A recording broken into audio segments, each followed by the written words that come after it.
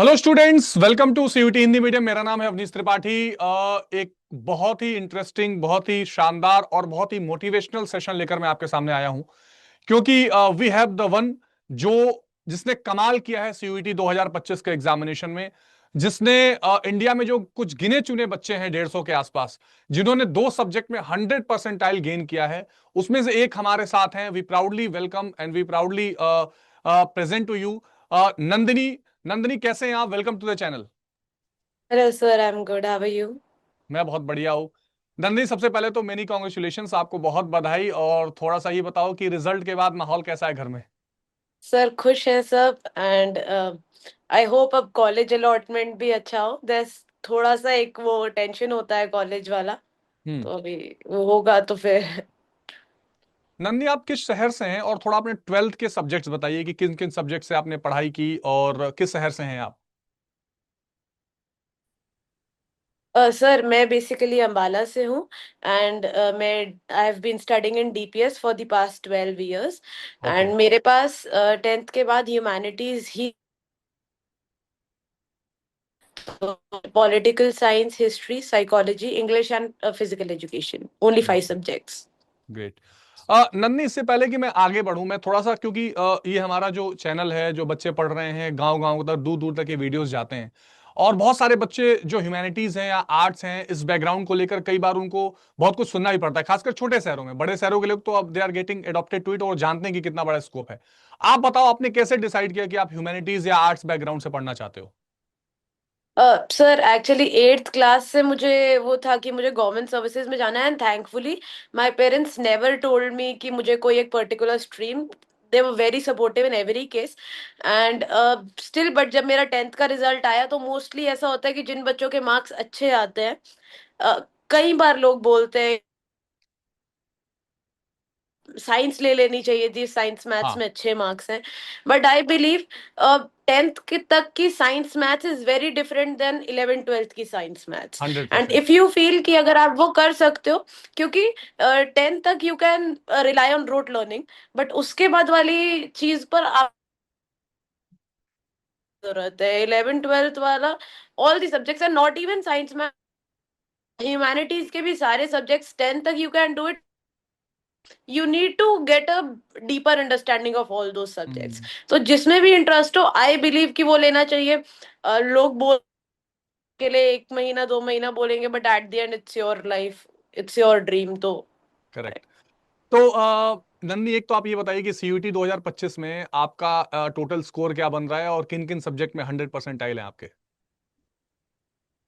Sir मेरा total score 918 बन रहा है एंड मेरे पॉलिटिकल साइंस में 100% आएगा दोनों में। और पॉलिटिकल साइंस एंड साइकोलॉजी में 100% आपके, राइट? नंदी, आपका टोटल स्कोर जो बन रहा है वो 919 के आसपास बन रहा है। सो जाहिर सी बात है, आप जो भी चाहोगे आपको कॉलेज मिलेगा। तो कौन सी यूनिवर्सिटी या कोर्स आपका फर्स्ट प्रेफरेंस होगा? यस सर मेरा फर्स्ट साइंस ऑनर्स है and second course preference psychology honours. And जो कॉलेज प्रेफरेंस है, मतलब अभी मैं साइमल्टेनियसली कॉलेज प्रेफरेंस और कोर्स प्रेफरेंस दोनों लेके चल रही हूँ। तो फर्स्ट प्रेफरेंस मेरा Hindu, second Miranda and third LSR रहेगा। ग्रेट। मतलब पॉलिटिकल साइंस ऑनर्स और साइकोलॉजी ऑनर्स का चॉइस है, और ये सारे टॉप कॉलेजेस भी हैं। तो मैं तो कॉन्फिडेंस हूँ 100% कि आपको ये कॉलेजेस मिलेंगे। नंदी, अब जो सबसे इंपॉर्टेंट बात जो स्टूडेंट्स के लिए भी यूजफुल होती है, आपकी प्रिपरेशन जर्नी कैसी रही? 12th का एग्जाम, फिर सीयूईटी, दोनों में एक फंडामेंटल डिफरेंस भी है। तो कैसे आपने दोनों एग्जामिनेशंस को कॉप अप किया, और क्या आपकी पूरा पूरा प्रोसेस क्या रहा एग्जाम का? सर स्टार्टिंग में मतलब CUET because it has been in this trend since last 2 or 3 years। तो सीयूईटी के बारे में एंड बट ये था कि 12th में आने के बाद एक बोर्ड्स वाला प्रेशर होता है तो इतना हम्म। ज्यादा फोकस नहीं कर पाते हैं। But the very important thing is कि ठीक है, उस टाइम बोर्ड का था बट आजकल बोर्ड्स के बाद मेन पॉइंट ही सीयूईटी है for the entrance of college and great. School के बाद नेक्स्ट स्टेप ही कॉलेज है। तो करेक्ट। आई बिलीव कि instead of starting this all this very late, हमें शुरू से स्टार्ट कर मतलब स्टार्टिंग से एटलीस्ट कुछ प्रैक्टिस लेके चलनी चाहिए। बिकॉज बोर्ड्स में it has to be written, subjective है, तो मार्क्स मिल सकते हैं इफ आपको अंडरस्टैंडिंग अच्छी हो। But correct. सीयूईटी के केस में you will have to be very precise, मतलब एक एक वर्ड एनसीईआरटी का आपको लर्न होना चाहिए, क्योंकि क्वेश्चन कहीं से भी बन सकता है, वो बॉक्सेस से। सो आई बिलीव कि जो थोड़ा लेट हो गया है, मतलब वो लेट नहीं होना चाहिए, if from my experience and. But still sir, मुझे लास्ट के केस में, लास्ट में मतलब बोर्ड्स के बाद मैंने एकदम डाई हार्ड प्रेपरेशन करनी शुरू करी। So I got all of your guidance, तो थोड़ा मतलब मेरे को एक बहुत वो मिल गया, एक जील मिल गई, क्योंकि ऐसे एनसीईआरटी बोर्ड्स के टाइम पे भी नहीं पढ़ी थी कि करेक्ट। अब एक करेक्ट। एक वर्ड पढ़ना है, क्योंकि अब फॉर्मेट पता चल गया था, तो नहीं, ये इसलिए। हमारे लिए भी बहुत गर्व की बात है कि हमारी छोटी मोटी भी गाइडेंस आपको काम आई। और कल जब हमारे सर ने बात की और आपने कहा कि नहीं, अवनीश सर से काफ़ी हम कनेक्टेड थे, तो आई रियली फेल्ट प्राउड। और ये हमारे लिए, क्योंकि हम बेसिकली मैं हिंदी मीडियम स्टूडेंट्स को ज़्यादा हम लोग गाइड करते हैं, जो हमारा ये प्रोसेस है। और बहुत सारे इंग्लिश मीडियम स्टूडेंट्स भी कनेक्टेड रहते हैं डायरेक्टली इनडायरेक्टली, तो ये हमें और ज़्यादा उत्साह से भरता है और ज़्यादा कॉन्फिडेंट लाता है कि यस, हम रीच कर रहे हैं हर स्टूडेंट तक। पॉलिटिकल साइंस के बारे में थोड़ा सा बताओ। पॉलिटिकल साइंस में दो बुक्स हैं, एग्जाम देते समय कैसा लगा क्वेश्चंस का अप्रोच? किस आपको कोई लगा कि किसी बुक पर ज्यादा फोकस है, या आपको लगा कि दोनों को इक्वली कवर किया गया, और लेवल ऑफ क्वेश्चंस क्या थे? क्योंकि मैं ये फील करता हूं कि यस, बहुत ऑनेस्टली मैं ये बिलीव करता हूं कि अगर पॉलिटिकल साइंस एक ऐसा सब्जेक्ट रहता है जिसमें आप अपने मार्क्स अच्छा कर सकते हो, यू कैन मतलब आप उतने मार्क्स ला सकते हो कि आप मेरिट में ऊपर जाओ, तो उसके लिए आपके क्या अप्रोच थी और कैसे आपने उसको किया? सर आई बिलीव कि पॉलिटिकल साइंस में क्वेश्चंस अच्छे लेवल के थे, मतलब इफ हमने पढ़ी है वो चीज, तो हम क्वेश्चंस क्रैक कर सकते हैं। But correct. प्रॉब्लम वहां आ रही थी कि क्वेश्चंस उन टॉपिक से भी थे जो हमने नहीं पढ़े होंगे, मतलब हम लोग बोर्ड में बॉक्सेस पर नहीं इतना फोकस करेक्ट। करते हैं। करेक्ट। एंड क्वेश्चन बहुत सारे बॉक्सेस से थे, बहुत सारे क्वेश्चन बॉक्सेस से थे। तो द पॉइंट इज, इफ पढ़ा है तो क्रैक कर लेंगे, बट अगर वो मिस कर दिया तो फिर वो नहीं हो सकता है। बॉक्सेस हुए और इमेजेस हुए, बहुत लोगों ने तो सोचा भी था राइट। इमेजेस से इतने क्वेश्चन आएंगे, और इवन हर जो शिफ्ट थी उसमें इमेजेस से क्वेश्चन थे, और मैंने बहुत बार इमेज स्पेशल क्लासेस कराई थी कि ये आ सकती हैं। एंड सो सर ऑल्सो कि जो बॉक्सेस से भी क्वेश्चंस थे वो भी डायरेक्ट नहीं थे, मतलब जो मैच हाँ। द फॉलोइंग आता है, match the following is a very very मतलब एनालिटिकल है, क्योंकि आपको मैच करना है, एंड उसमें एक ही क्वेश्चन, जैसे एमसीक्यू में तो एक क्वेश्चन हुआ, मैच द फॉलोइंग में चार क्वेश्चंस है करेक्ट। कंबाइंड। करेक्ट। करेक्ट। सो तो ये जो खास करके ह्यूमैनिटीज के जो बच्चे होते हैं, थोड़ा सा उनके पास विंडो रहता है दोस्तों के साथ टाइम स्पेंड करने का, या एक ग्रुप स्टडी का। वो कैसा माहौल आपके आपके स्कूल के साथ रहा? ग्रुप स्टडी या थोड़ी मौज मस्ती कैसे कवर करते थे? क्योंकि यार देखो, जितने भी इंटरव्यूज या बातें होती हैं बच्चों से, क्या पढ़ा, ये पढ़ा, लेकिन थोड़ा सा बैक स्टोरी भी बच्चों तक जानी चाहिए कि कितना आप इजी, या जिसको कह सकते हैं ना कि एक मिंटेड माहौल में भी पढ़ाई अच्छा करके अच्छा स्कोर कर सकते हो। तो थोड़ा सा वो ग्राउंड बताओ कि आपके फ्रेंडशिप सर्कल या पढ़ाई का कैसे, मतलब दोस्ती यारी और पढ़ाई दोनों का मिक्सर कैसा चलता था?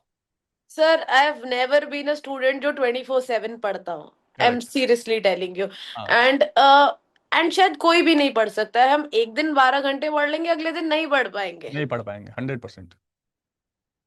भी मिनट नहीं पढ़ पाएंगे, नहीं खोल पाएंगे book. So I believe, and मेरा काफी अच्छा फ्रेंड सर्कल, एंड मेरी फैमिली एक्सटेंडेड फैमिली है, तो हम लोग बहुत ऐसे मतलब ऐसे कोई, बट मेरा ये था कि मेरा एक फिक्स टाइम था कि मुझे हम्म। इस टाइम पे पढ़ना है। हम्म। एंड ऑल्सो इफ मुझे उस टाइम पे पढ़ना है तो मुझे किसी की डिस्टरबेंस नहीं चाहिए उस टाइम पे। Correct. Correct. Correct. And for that reason I believe कि ठीक है घूमना, and you will have to enjoy, क्योंकि ट्वेल्थ का एक लास्ट ईयर भी होता है, 11th 12th वाले लास्ट ईयर्स होते हैं स्कूल के।